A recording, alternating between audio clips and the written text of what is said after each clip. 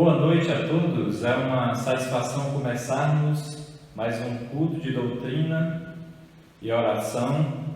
Gostaria de convidar todos a acompanhar a leitura da Palavra de Deus em Jeremias capítulo 17. Vamos ler hoje versículos do 1 até o versículo 11. O pecado engana e destrói.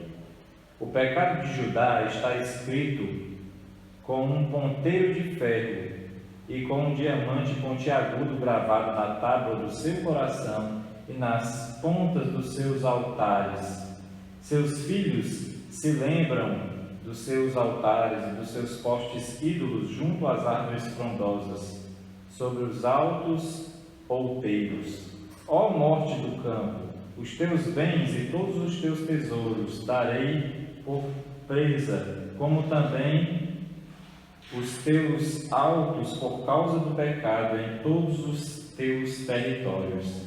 Assim, por ti mesmo te privarás da tua herança que te dei. Far-te-ei servir os teus inimigos na terra que não conheces, porque o fogo que acendeste na minha ira arderá para sempre. Assim diz o Senhor: maldito o homem que confia no homem, faz da sua carne mortal o seu braço e aparta o seu coração do Senhor, porque será como absurdo solitário no deserto e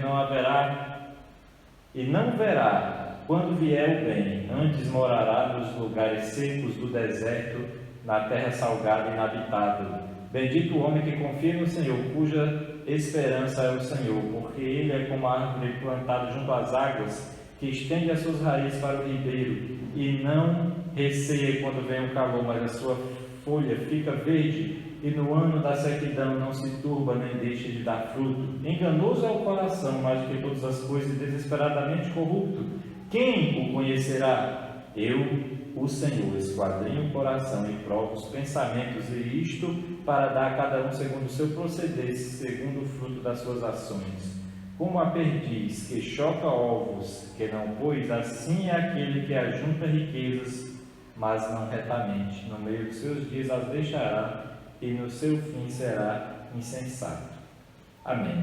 Esse texto é um texto conhecido, tem pelo menos 2 versículos jargões da Bíblia, né? O versículo 5, maldito o homem que confia no outro. Aqui não é no sentido que nós não devemos confiar em ninguém, em um amigo. É aquele que põe a sua confiança, a sua fortaleza no lugar de colocar em Deus, acumula ídolos no seu coração e coloca a sua confiança em uma pessoa, em uma instituição, em uma entidade, que nós possamos meditar nessas verdades e começar cantando músicas em que coloca a nossa confiança e o nosso coração no Senhor. Domingo nós tivemos um problema técnico e o culto acabou saindo um pouco depois da hora prevista. Aqueles que perderam o culto no domingo e gostariam de assistir, nós vamos deixar um link aqui em cima, você pode clicar e ir direto para o culto do domingo à noite. Hoje nós vamos cantar alguns hinos de louvor ao nosso Deus que fala sobre colocarmos o nosso coração e nossa confiança no Senhor. Podemos começar com A Alegria Está no Coração.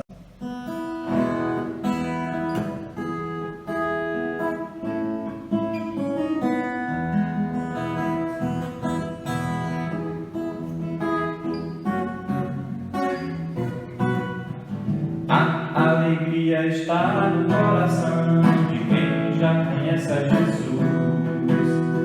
A verdadeira paz só tem aquele que já conhece a Jesus. O sentimento mais precioso que vem do nosso Senhor é o amor que só tem quem já conhece a Jesus. Aleluia, aleluia, aleluia.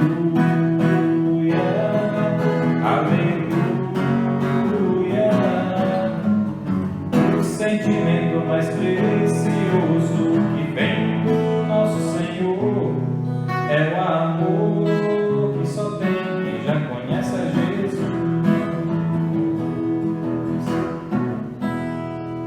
seu coração está atribulado, pode ser que a nossa confiança, a esperança da nossa vida esteja no foco errado. Nosso coração deve estar no Senhor, no nosso Salvador. Vamos cantar esse hino Atribulado Coração, que faz uma meditação a respeito disto.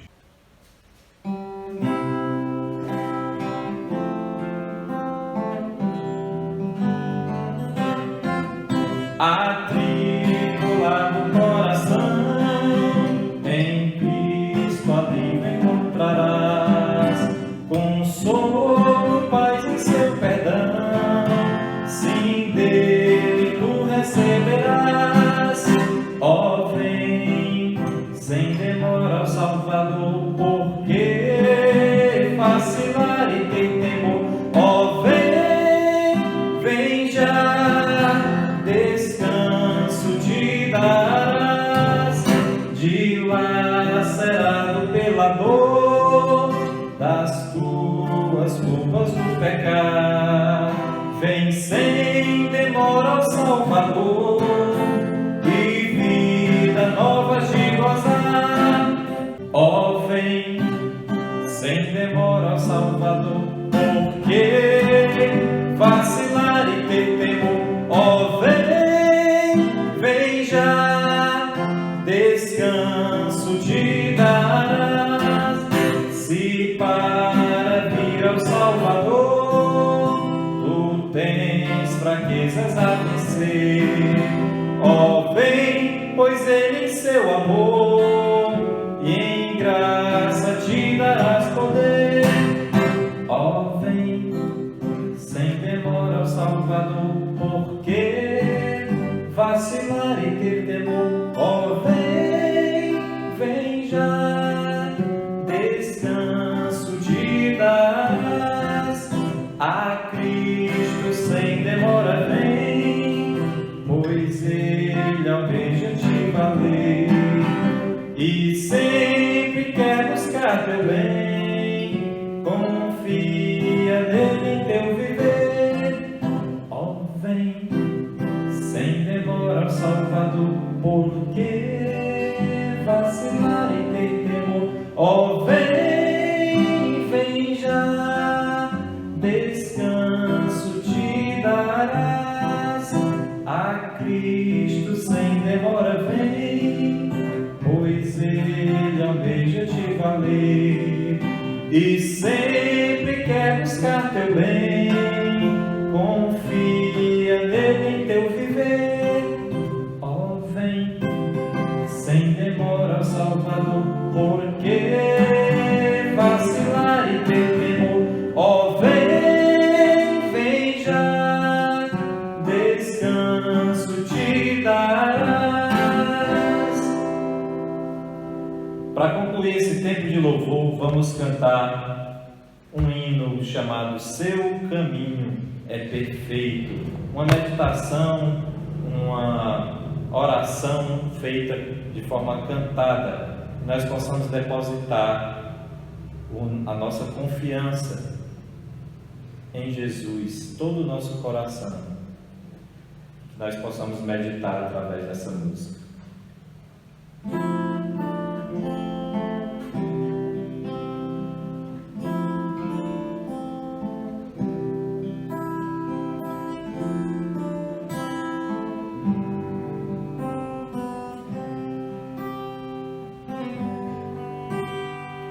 Quando nos cercar o mal, se ruir o temporal, em Jesus vou confiar, Ele nunca vai falhar. Quando a dor ou a aflição vem turbar meu coração, é preciso confiar e nunca duvidar, pois é perfeito o seu caminho. Nem sempre entenderei, porém o seguirei. pois é perfeito o seu caminho. Faz-me, ó Deus, de mim um vaso puro, sim. Erros Deus não faz, pois me dá paz. Quando fraco me senti, o mundo me oprimir e pesar a minha cruz, crer somente de Jesus, quer das trevas, quer da luz, sempre perto está Jesus, perto e pronto para salvar, se dele confiar, pois é perfeito o seu caminho. Nem sempre entenderei, porém o seguirei, pois é perfeito o seu caminho. Faz-me, ó Deus, de mim um vaso puro, sim. Erros Deus não faz, pois me dá paz.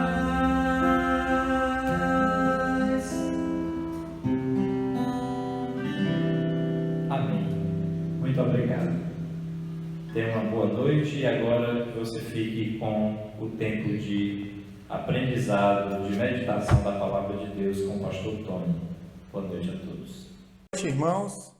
É um privilégio poder compartilhar a Palavra do Senhor mais uma vez com os irmãos. Agora de uma forma diferente, virtual. É um desafio trazer o estudo da Palavra de Deus dessa forma. E queria agradecer a Deus por esse tempo, que a gente possa nos edificar e, através da Palavra, crescer mais e mais, segundo aquilo que a Palavra do Senhor nos diz. Vamos orar, em seguida vamos dar continuidade ao nosso tempo de estudo. Oremos. Soberano Deus, gracioso Pai, obrigado, Senhor Deus, por causa da Tua Palavra, por causa do Senhor Jesus Cristo, nós estamos aqui, podendo, ó Pai, compartilhar da Palavra do Senhor, podemos também nos edificar e o Senhor Deus possa abençoar os irmãos que estão ouvindo a Tua Palavra e que eles possam aplicar os princípios delas a si, ó Pai. Não olhar para os outros, mas trazer o ensinamento para si. Eu te peço por esse tempo que o Senhor Deus possa nos capacitar, que o Teu Espírito Santo, Senhor, venha nos ajudar, nos fortalecer e também, Pai, nos dirigir em todas as coisas. Te peço por aqueles irmãos que estão enfermos, que o Senhor Deus possa curá-los, ó Pai. Muitos estão até precisando de uma vaga numa UTI, como é o caso do pastor Valdemir, e não tem ainda, Pai. Que o Senhor Deus possa providenciar essas coisas, Pai. É o que te pedimos e oramos no nome precioso de Jesus Cristo. Amém. Muito bem, irmãos. Nessa noite a gente vai tratar um pouco sobre um assunto que não é muito tratado nos nossos dias, talvez um pouco esquecido. Para introduzir, gostaria de falar de uma parte do livro do pastor Paul Tripp. Então, num dos seus livros, chamado Instrumentos nas Mãos do Redentor, ele conta uma história, sobre uma viagem que ele fez à Índia. Ele fez uma viagem à Índia. Quando ele chegou lá, ele olhando para os costumes daquele povo, vendo a idolatria daquele povo, ele ficou pasmado. Também ele entrou em um dos templos lá, havia sacerdotes adorando a um Deus inanimado. E com aquilo, ele saiu correndo daquele templo e disse: graças ao Senhor, porque eu não sou como eles. Isso, irmãos, nos traz uma reflexão muito grande. Porque ao fazer isso, ele se lembrou e pensou: rapaz, em muitos momentos eu sou até igual ou pior como eles. Como assim, pastor Tony? O que você realmente quer dizer? É o seguinte, irmãos. Quando nós olhamos para uma pessoa que idolatra um ídolo ou algo, você vê aquilo como você repudia aquilo, porque você crê na palavra de Deus, você tem princípios a seguir segundo a palavra de Deus. Mas você se esquece muitas vezes de olhar o seu coração e esquece daquilo que você crê, né? Você se esquece muitas vezes que você é um rebelde contra Deus em alguns momentos.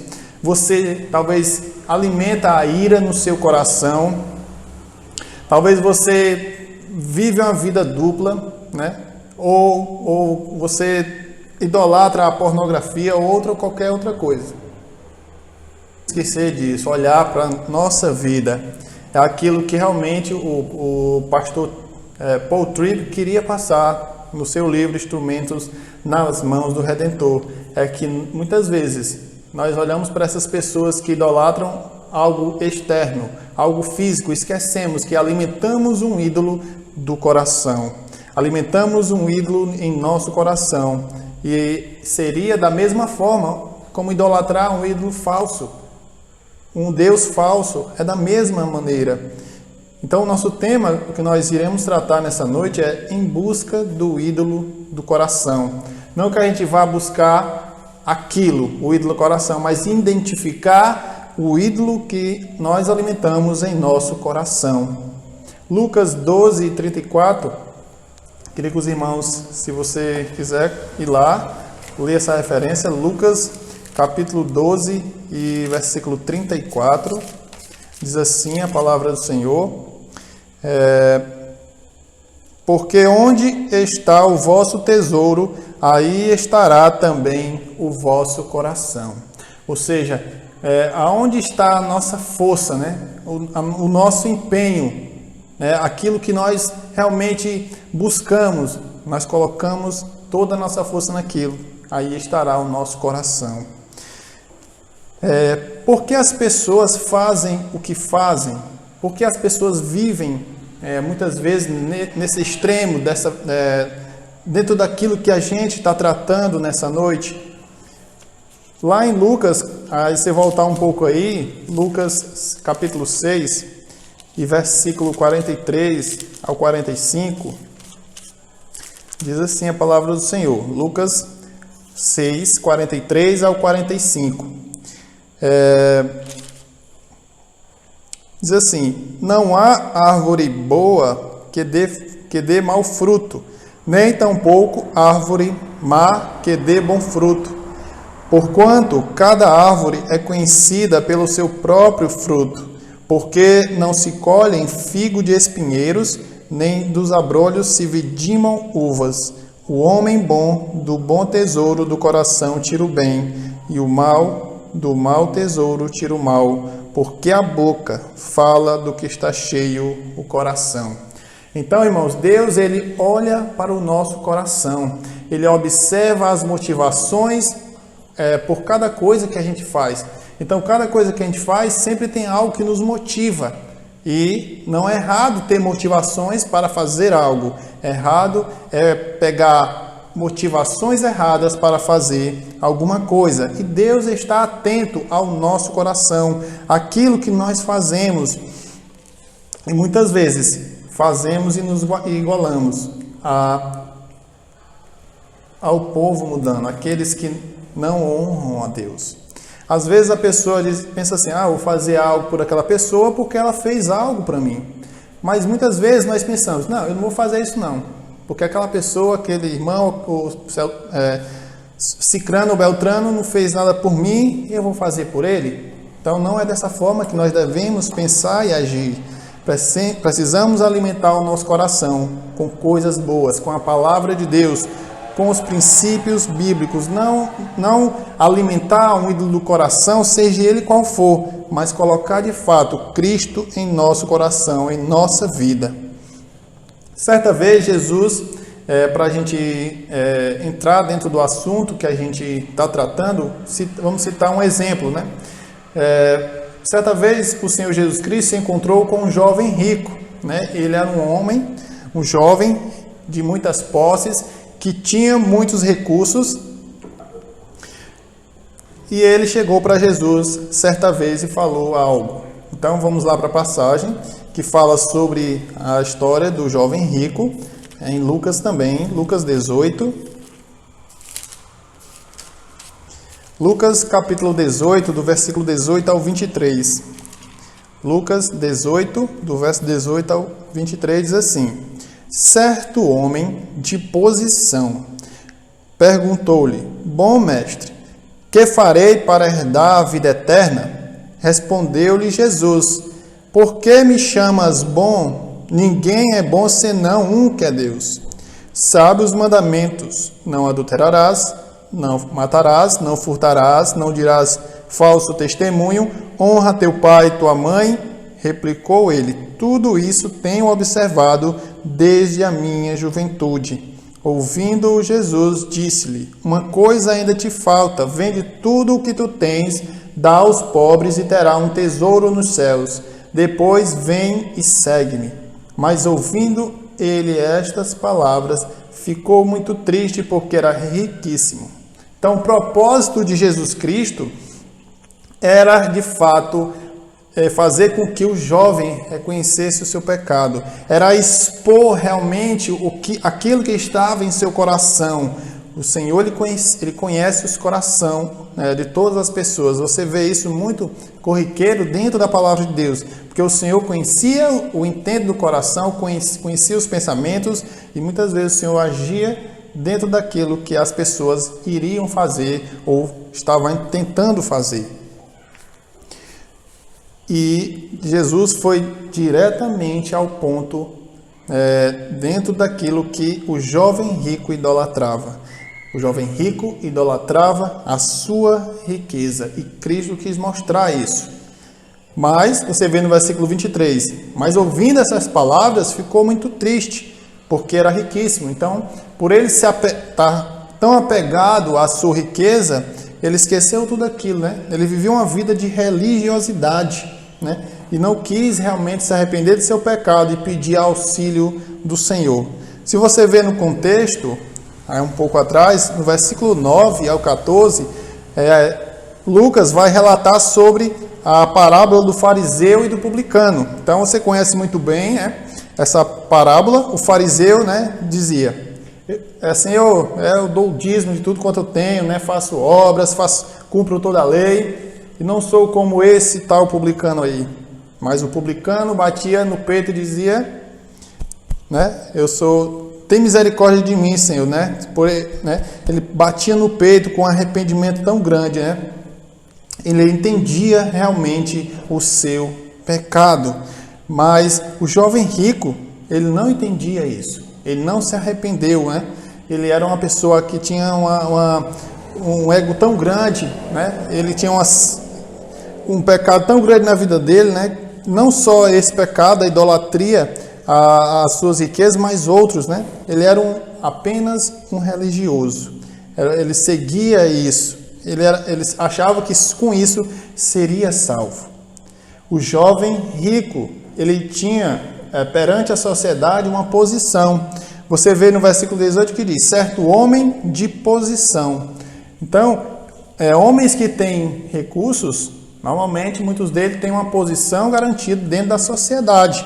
E as pessoas se chegam, né, para ele. E também outra coisa interessante é que muitos ricos acham que são melhores do que os outros, né? Por ter estudado, por ter muito dinheiro, por ter muitas posses, e achar que as outras pessoas, né, elas têm a obrigação de colocar eles lá em cima. Então, o jovem rico, ele tinha uma posição dentro da sociedade. Outra coisa, ele tinha uma visão errada acerca da vida eterna. Achava que por suas obras se salvaria. Então, ele queria também expor os seus atos piedosos, né? Dizer, tudo isso eu tenho observado, né? Todas as leis. Jesus disse, tem observado, né? Sabe os mandamentos? Não adulterarás, não matarás, não furtarás, né? Honra teu pai e tua mãe, e diz, tudo isso tenho observado, tudo isso eu tenho buscado cumprir. Apenas uma vida religiosa, alicerçando toda a sua vida sobre obras. Mas engana-se ele, porque ele achava que com isso chegaria ao céu. Ele queria a aprovação de Jesus, ou seja, que suas práticas, ele achava que as suas práticas o levaria à salvação, mas enganava-se ele, né? Achava que ele, por causa das suas obras, ele seria salvo. Então ele queria que Jesus, muito bem, você não mata, você dá o dízimo, você não adultera, você honra pai e mãe, muito bem, com isso você será salvo. Engana-se, né? Achava que Jesus iria aprovar aquilo que ele estava fazendo, que isso ali seria algo que levaria ele à salvação. Mas Jesus foi diretamente ao coração. Ele queria bajular Jesus quando disse, bom mestre, né? Achava que Jesus, ele falando isso, iria ganhar diretamente a atenção e a confiança do Senhor. Mas ele estava totalmente errado. Algo importante, irmãos, aí no versículo 19, quando o Senhor disse, respondeu-lhe Jesus, por que me chamas bom? Ninguém é bom senão um que é Deus. Então, ele achava, irmãos, que muitas pessoas achavam que Jesus estava falando que ele não era bom. Porque ele diz, por que me chamas bom? Só tem um, ninguém é bom, senão um que é Deus, apenas um que é Deus. Aí algumas pessoas vão dizer, não, é porque ele ali estava em carne e por isso ele falou aquilo. Ele achava que as pessoas podem imaginar e tentar responder isso dessa forma. Não, Jesus estava em carne, ele era homem e por isso ele disse que só um que era Deus, porque ele estava em carne. Mas lembra que Jesus Cristo em carne era um homem, ele é um homem Deus perfeito. Nele não habita nenhuma injustiça e nenhum pecado foi atribuído ao nosso Senhor e Salvador, o Senhor Jesus Cristo. Quando ele diz que só tem um que é bom e que é Deus, ele está não anulando, não contradizendo ele si próprio ou dizendo que ele não era Deus, mas dizendo que de fato ele era o próprio Deus. Então João fala lá sobre isso, João 14 fala que realmente que Jesus disse, eu e o Pai somos um, declarando que ele e o Senhor Deus, o Deus Pai, é da mesma essência e são um, e assim formam-se o único Deus. Deus Pai, Deus Filho e Deus Espírito Santo, a Trindade, formando um único Deus. Então o Senhor Jesus Cristo não está te contradizendo, não está dizendo que ele não é Deus, mas está dizendo de fato, eu sou o próprio Deus. O Senhor Jesus Cristo é o nosso Deus. Jesus mostrou o que estava de fato no coração do jovem rico. Ele idolatrava a sua riqueza, o seu ídolo era o que ele possuía. Certa vez um homem falou que quando ele estava no estacionamento, em que ele deu uma pequena ré e encostou no carro do outro cidadão, e o cidadão chegou para ele e disse que ele ia pagar porque a sua riqueza o seu bem foi danificado e tal, carro novo. Mas o que estava por trás de fato ali? Né? Cadê a humanidade daquela pessoa? A humildade? Ela tinha a sua riqueza com o seu ídolo do seu coração.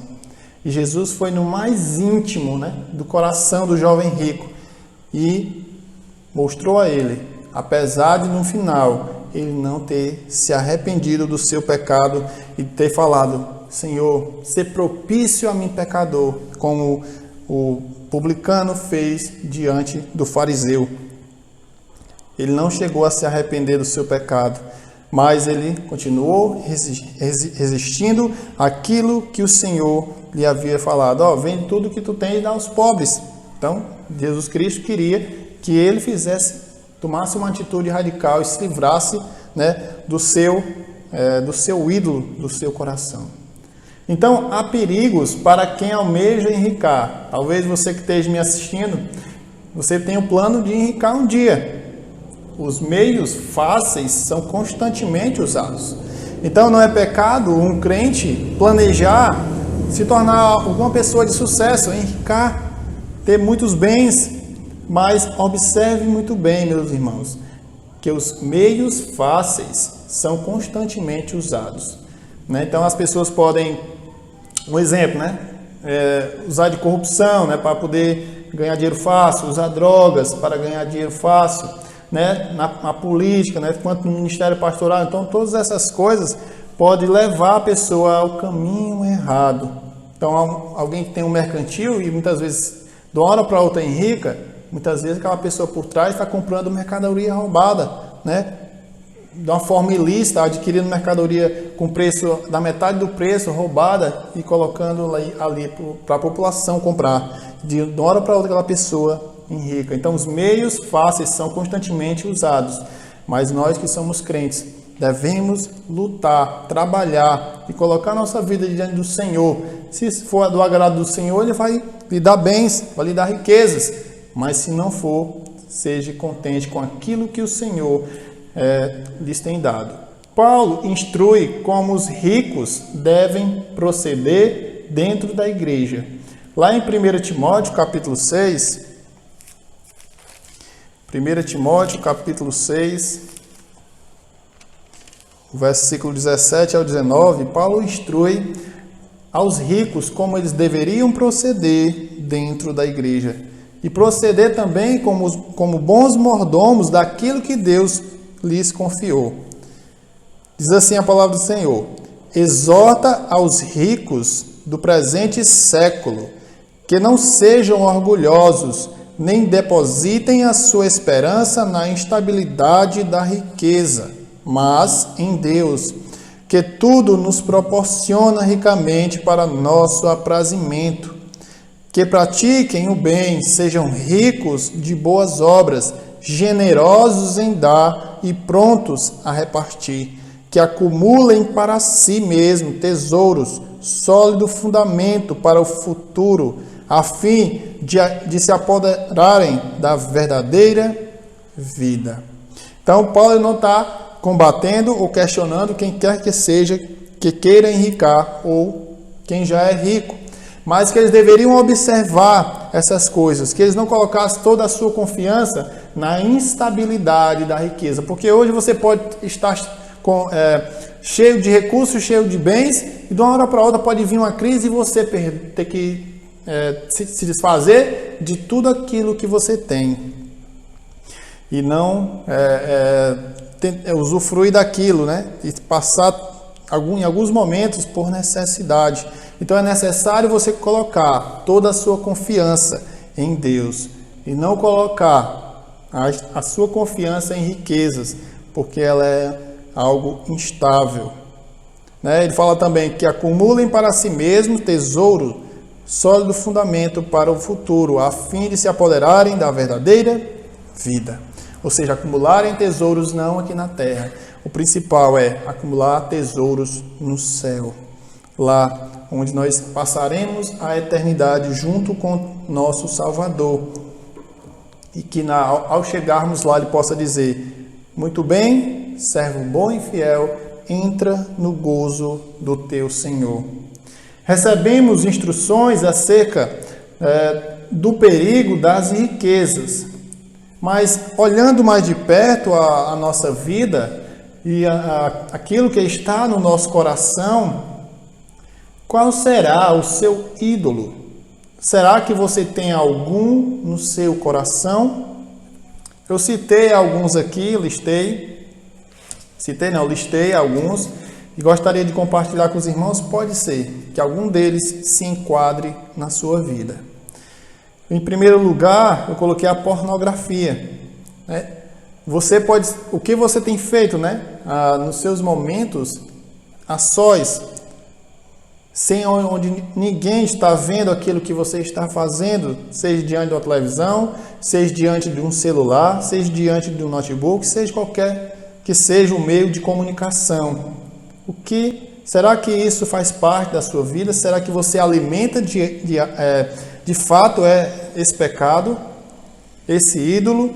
Será que o seu ídolo é a ira? Você é aquela pessoa que facilmente se ira, seja em qualquer momento da sua vida que você esteja passando, né? Muitas vezes a nossa tendência é colocar a culpa no outro, né? Eu estou irado, eu fiquei com raiva por causa daquela pessoa. Ela falou aquilo e foi o fim. E aquilo me transformou e eu fiquei irado por causa daquela pessoa, por causa que ela disse aquilo, por causa que ela voltou a fazer aquilo de novo. Mas o que de fato está no seu coração? Você deve pensar e perguntar: por que eu estou me irando? Por que eu estou procedendo dessa forma? Esse é um proceder de um verdadeiro crente, então você deve fazer perguntas a você mesmo, tentando identificar o ídolo do seu coração e tentando eliminar ele da sua vida. O desejo por poder, né? Talvez seja uma pessoa que almeja estar à frente de algo. Então, a sua sede insaciável por poder talvez esteja lhe prejudicando.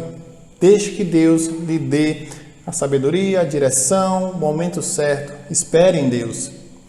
Talvez o ídolo que você tenha é o próprio dinheiro, como o caso aqui do jovem rico. Talvez seja o orgulho, talvez seja o desejo de agradar a outros. E aqui, irmãos, é um ídolo muito perigoso.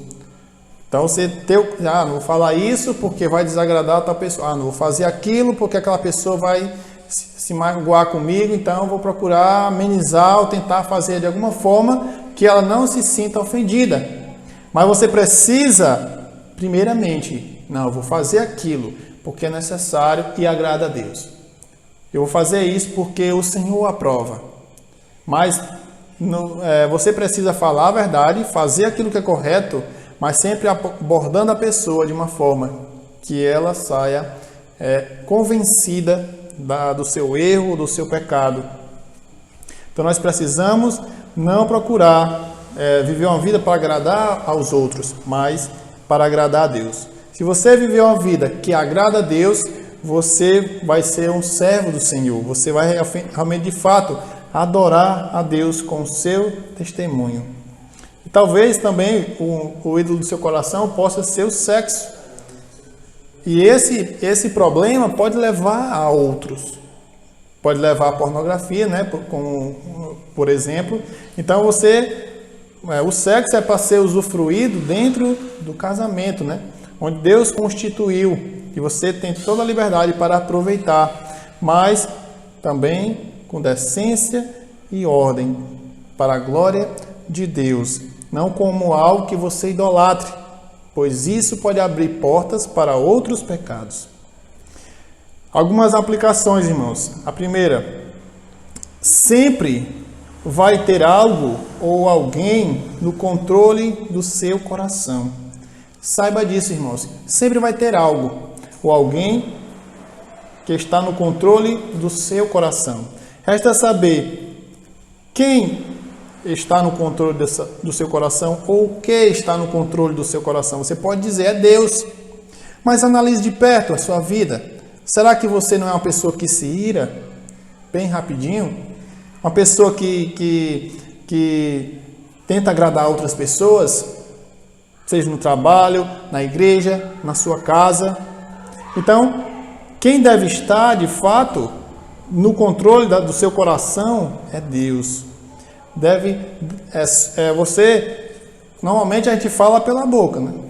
Aliás, a gente expressa aquilo que está no nosso coração pela boca, pelas nossas ações, e em um momento nós iremos transbordar, é o momento que nós expressamos aquilo que nós vivemos. De fato, você tem transbordado aquilo que glorifica a Deus, ou você tem transbordado algo que não glorifica a Deus? Quem está no controle do seu coração, irmão? Em segundo lugar, irmãos, não seja hipócrita. Olhe para o seu coração. A palavra de Deus diz que nós devemos nos examinar. Então, o homem deve examinar a si mesmo. Não é examinar o outro, é examinar a si próprio. Então, olhe para o seu coração. Não seja hipócrita. Em terceiro lugar, trabalhe o seu coração para que sempre Cristo reine nele. Então, a nossa santificação ela é progressiva e nós devemos trabalhar não só um dia, não só um mês, mas em toda a nossa vida em que nós estivermos aqui peregrinando nessa terra. Nós devemos glorificar a Deus, de fato, trabalhar o nosso coração para que sempre Cristo reine nele. O Senhor está atento ao nosso coração. O Senhor está atento às nossas motivações, tudo aquilo que nós fazemos. E como tem sido a sua vida? Como você tem vivido a sua vida? Será que está glorificando a Deus? Que Deus possa esclarecer a sua vida, esclarecer a sua mente, o seu entendimento e que a palavra de Deus possa transbordar em toda a sua vida. Amém? Então vamos orar para encerrando o nosso tempo de culto nessa noite. Oremos. Soberano Deus, gracioso Pai, obrigado, Senhor, por mais uma oportunidade de aprender da Tua santa palavra. Abençoa, Senhor, esse tempo, que o Senhor Deus possa abençoar a vida de cada irmão, que eles possam, Deus, olhar para o seu coração, se de fato eles estão vivendo para a glória do Senhor. E se eles não estão, como a história que eu contei no início do pastor Paul Tripp, em seu livro, ele escreveu sobre aqueles homens que idolatravam algo inanimado, um ídolo, como muitas pessoas na nossa sociedade estão idolatrando, como alguns de nós fazíamos. E possamos olhar para o nosso coração, se de fato nós não estamos idolatrando o ídolo do coração, ou alimentando algo que é pecaminoso e é contra o Senhor. Te pedimos que Senhor Deus possa nos abençoar e nos fortalecer. Em nome de Cristo oramos. Amém.